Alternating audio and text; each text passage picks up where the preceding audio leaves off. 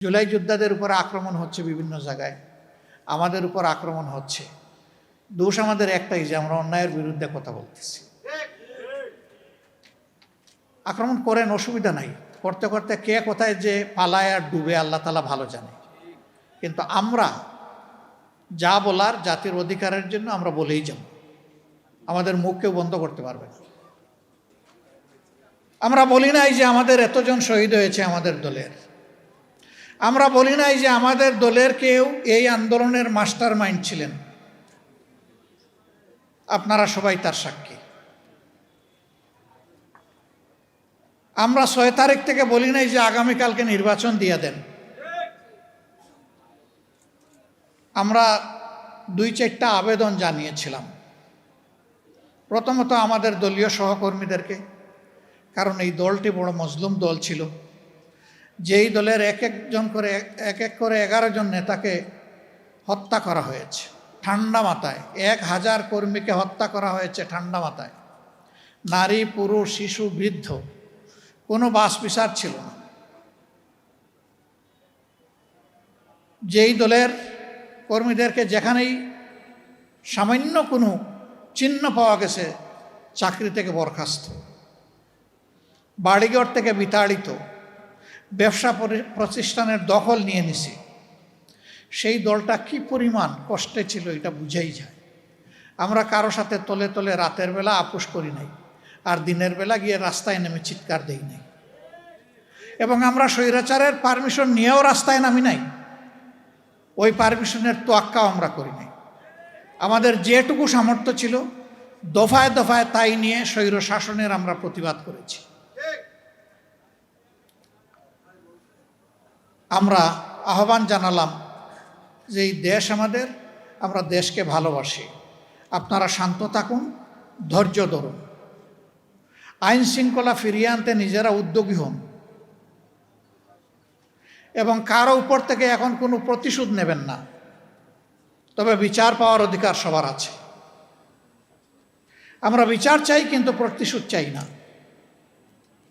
আলহামদুলিল্লাহ, দুনিয়ার ইতিহাসে গত 100 বৎসরে একমাত্র গণ অভ্যুত্থান, গণবিপ্লব, যেখানে বিপ্লব বা অভ্যুত্থানের পরে কোনো মানুষকে মরতে হয় নাই,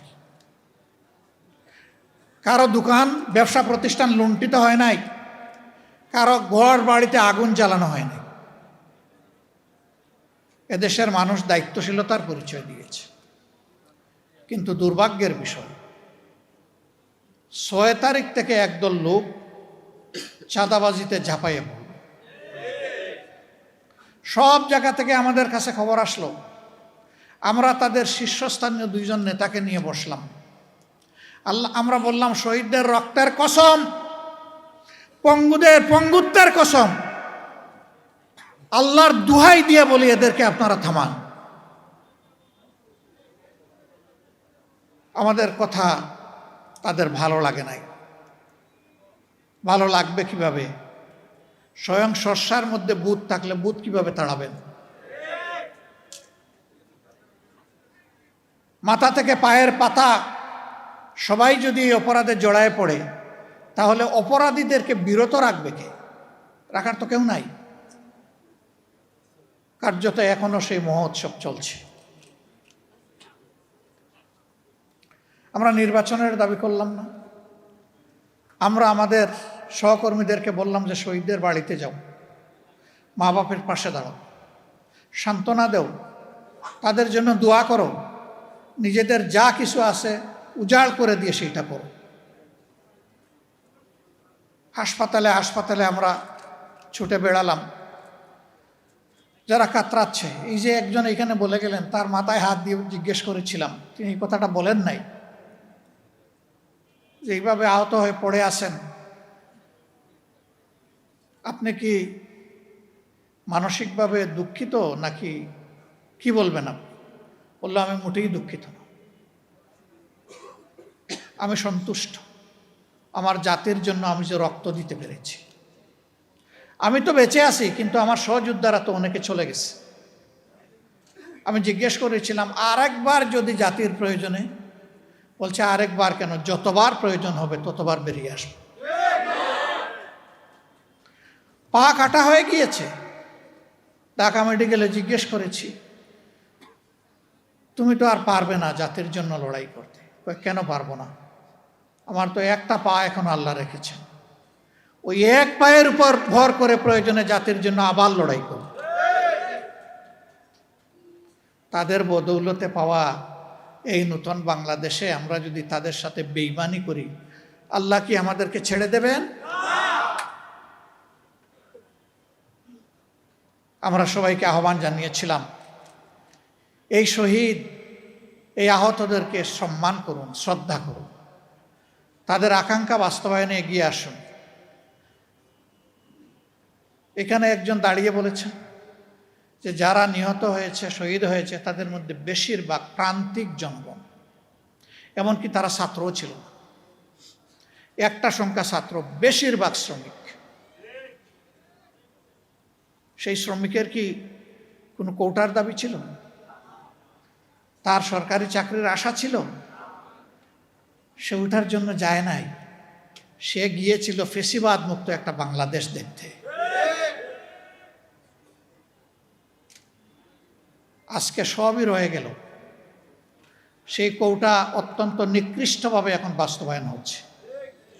বিশ্ববিদ্যালয়ের বিশি, জেলা পরিষদের প্রশাসক, তারপরে ব্যাংক, বিমা, কর্পোরেশন, সরকারি, বেসরকারি, আধা সরকারি সেক্টর, সব জায়গায় এখন একদম নির্লজ্জ দলীয়করণ চলতেছে। এটাকে কোটা নয়? আমাদের কি জবাব? চিঠি লেখে খালি হাতে যুদ্ধ গিয়ে জীবন দেওয়া আনাসের মা বাবার কাছে আমাদের জবাব কি? জাবের ইব্রাহিমের মা বাবার কাছে জবাব কি? রিয়া গুপের মা বাবার কাছে আমাদের জবাব কি? শান্তর মা বাবার কাছে আমাদের জবাব কি? আবু সাইদের সেই নিরীহ পরিবারের সদস্যদের কাছে আমাদের জবাব কি? মুগ্ধর পিতা এখানে আছেন, তার পরিবারের কাছে আমাদের জবাব কি? আমি ওনার প্রতি বিশেষভাবে কৃতজ্ঞতা আদায় করি।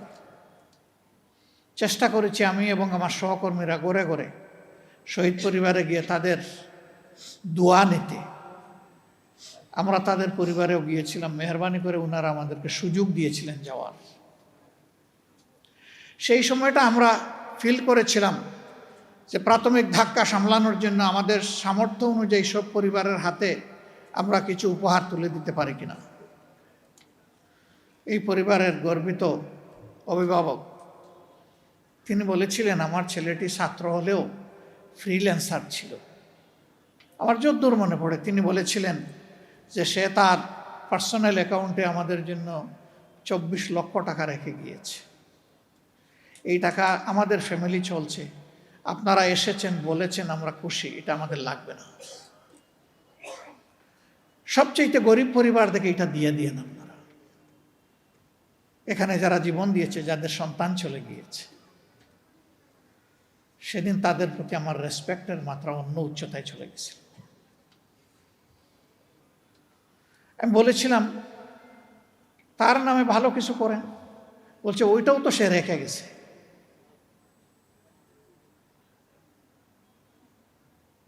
এই যে পবিত্র একটা আকাঙ্ক্ষা যে আমার ছেলে যে কারণে জীবন দিয়েছে, ওই কারণে সহযোদ্ধাদের প্রতি একটু সম্মান দেখালে আমি বরঞ্চ কৃতজ্ঞ হব, মানসিক প্রশান্তি পাব। এই পিতার মানসিকতাটা যদি আমাদের শাসক গোষ্ঠীর মনে আসে, তাহলে তারা তাদের দায়িত্ব পালনে এইরকম অবহেলা দেখাতেন না। আমাদের এই সহযোদ্ধারা কি শুধু এই জন্যই জীবন দিল, যুদ্ধ করলো, পঙ্গু হলো যে এক দলকে তাড়াইয়া আরেক দলকে আমরা বসাই? বরঞ্চ তারা সিস্টেমের পরিবর্তন চেয়েছে, যে একটা আমূল পরিবর্তন আসুক। সেই সরকারের আমলে শিক্ষাঙ্গনগুলো ছিল সবচেয়ে খারাপ, গণরুম, গেস্টরুম করে সেখানে টর্চার সেল গঠন করা হয়েছে, এমনকি মেয়েদের হলে পর্যন্ত।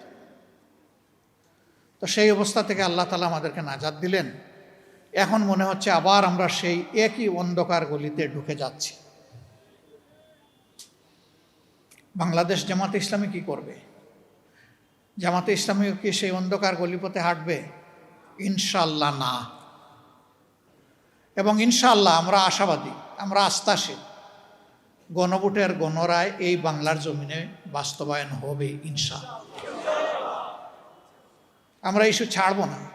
দ্বিতীয়ত, যারা জীবন দিল প্রতিশোধ চাই না, কিন্তু বিচারটা কি পাবো না? শুধু কারো বাবার বিচার, নিজের বিচার, মায়ের বিচার, বোনের বিচার, ভাইয়ের বিচার হবে, আর এই দেশের নিরীহ জনগণ শহীদ হয়েছে তাদের হত্যাকারীদের বিচার হবে না? সেই বিচারও ইনশাল্লাহ এই বাংলার মাটিতে হবে। কোনো বিচার 50 বছর পরে হয়েছে এই দেশে, কোনোটা হয়েছে 21 বছর পরে। আমরা কথা দিচ্ছি এই বিচারও ইনশাল্লাহ জয় দিন, জয় মাস, জয় বৎসর পরে হবে হবে হবে ইনশাল্লাহ। আমরা এটাও ছেড়ে দিব না, এই দাবি আমরা ছেড়ে দেব না। আমরা ছেড়ে দেওয়ার কেউ নই, আমরা ওয়াদাবদ্ধ। এই ওয়াদা আমাদেরকে বাস্তবায়ন করতে হবে। আমরা সরকারের কাছে খোলা মনে আহ্বান জানাবো। ভুলভ্রান্তি মানুষের হয়, দলের হয়, সরকারের হয়, বিরোধী দলের হয়, সবার হইতে পারে। আমরা মনে করি সুস্পষ্টভাবে আপনারা জাতির সাথে দেওয়া কথা লঙ্ঘন করেছেন, আপনারা জাতির সাথে বিশ্বাস রক্ষা করেন নাই, আপনারা বিশ্বাসঘাতকতা করেছেন। আপনারা ফিরে আসেন, এই দাবি মেনে নেন, দানাই পানাই বাদ দেন, এইটা ওইটা ডানে বামে চলা বাদ দিয়ে সোজা চলেন। জাতি কঠিন সংকটে আপনাদের পাশে থেকে এই দেশকে গড়বে ইনশাল্লাহ, কারণ আমরা আমাদের দেশকে ভালোবাসি। আরেকটা কথা আমরা বলে দিচ্ছি, আমাদেরকে বিভিন্ন ভয়ভীতি দেখানো হচ্ছে, আপনাদেরকেও দেখানো হচ্ছে। আল্লাহর কসম, আল্লাহ ছাড়া কাউকে ভয় করি না। কেন ভয় করব? ফাঁসির তক্তার উপরে তো আমাদের নেতৃবৃন্দ দাঁড়িয়ে বলেছেন, সাবধান, অন্যায়ের কাছে মাথা নত করা যাবে না। আমরা ওই জায়গায় দাঁড়িয়ে আছি। আমরা মনে করি যে আমরা প্রতি মুহূর্ত ফাঁসির তক্তার উপরেই আছি, কিন্তু আমরা কারো কাছে মাথা নত করব না ইনশাআল্লাহ। আমাদেরকে যাই করা হোক, যাই বলা হোক, আখের মনে রাখবেন যে সমস্ত শক্তি এবং কুওয়াতের মালিক হচ্ছেন আল্লাহ রাব্বুল আলামিন। এখানে একজন জুলাই যোদ্ধা তিনি বলে গেছেন কোরআনের একটি আয়াত, কাম মিন ফিয়াতিন কালিলাতিন গালাবাত ফিয়াতান কাসীরাতান বিইজনিল্লাহ। বড়ত্বের দম্বে, অহংকারে কেউ যেন ফেটে না পড়ে। আল্লাহর কাছে এটার 2 পয়সার কোনো মূল্য নেই। আল্লাহ চাইলে বিশাল বাহিনীর উপর ক্ষুদ্র বাহিনীকে বিজয় দিয়েছেন, বারবার দিয়েছেন ইতিহাসে। সে বিজয় তো আমরা দেখেছি। আমাদের সন্তানরা হাতের মধ্যে একটা দা কিরিস নিয়েও রাস্তায় নামে নাই। ইমানের অস্ত্র বুকে ধারণ করে, আল্লাহর উপর ভরসা করে, দেশপ্রেম, মানব প্রেমে উদ্বুদ্ধ হয়ে তারা খালি হাতে মোকাবেলা করেছে। সমস্ত অস্ত্র, গুলা, বারুদ সব কিছু সেদিন বৃথা হয়ে গিয়েছিল। এটি বিশ্বের ইতিহাসে আনপ্রেসিডেন্টেড, এটার কোনো তুলনা নাই। এই দেশের মানুষকে, যুব সমাজকে মেহরবানি করে ভয় দেখাবেন না। জুলাই যোদ্ধাদের উপর আক্রমণ হচ্ছে বিভিন্ন জায়গায়, আমাদের উপর আক্রমণ হচ্ছে। দোষ আমাদের একটাই, যে আমরা অন্যায়ের বিরুদ্ধে কথা বলতেছি। আক্রমণ করেন, অসুবিধা নাই। করতে করতে কে কোথায় যে পালায় আর ডুবে আল্লাহ তাআলা ভালো জানে। কিন্তু আমরা যা বলার জাতির অধিকারের জন্য আমরা বলেই যাব, আমাদের মুখ কেউ বন্ধ করতে পারবে না। আমি আপনাদের কাছে প্রিয় সংগঠনের পক্ষ থেকে গভীর কৃতজ্ঞতা জ্ঞাপন করছি। শহীদ পরিবারের যারা এসেছেন, জুলাই যোদ্ধা যারা এসেছেন, সম্মানিত অতিথিবৃন্দ আমাদের দাওয়াত কবুল করে এসেছেন, আল্লাহ তাআলা আপনাদেরকে উচ্চ মর্যাদা দান করুন। আমাদের প্রিয় শহীদদেরকে আল্লাহ তাআলা মুহাক্কিক শহীদদের তালিকায় অন্তর্ভুক্ত করুন। তাদের পরিবারকে আল্লাহ তাআলা ধৈর্য ধরার তৌফিক দান করুন। সারা বাংলাদেশে আল্লাহ তাআলা গড়ে গড়ে সেই রকম বীর তৈরি করে দিন। বীরদের আকাঙ্ক্ষা পয়দা হলে এই জাতি হবে বীরের জাতি, আর বীরদের আকাঙ্ক্ষা পদদলিত হলে এই জাতি হবে গুলামের জাতি। আমরা গুলাম হয়ে একদিনও বাঁচতে চাই না, গুলাম হয়ে 1 বছর 1 যুগ বাঁচতে চাই না, বরঞ্চ আমরা বীর হয়ে 1 সেকেন্ড বাঁচতে চাই। আল্লাহ তাআলা যেন সেই তৌফিক আমাদেরকে দান করেন। সম্মানিত বন্ধুগণ, নামাজের যেহেতু সময় হয়ে গেছে, কথা আমি আর বাড়ালাম না। আমি আবারও কথা দিচ্ছি, জীবন দিব ইনশাল্লাহ, জুলাই দিব না। জুলাই অন্তরে ধারণ করে রাখবো। আমরা পারি না শহীদ পরিবার এবং আমাদের আহত ভাইদের বোনদের পাশে দাঁড়ানোর সবসময় ইচ্ছা থাকলেও আপনারা আমাদেরকে ক্ষমা করবেন, কিন্তু আমরা কিন্তু আপনাদেরই অংশ, আপনাদের এই পরিবারের সদস্য। আল্লাহ রাব্বুল আলামিন আজকের এই আয়োজনকে কবুল করুন।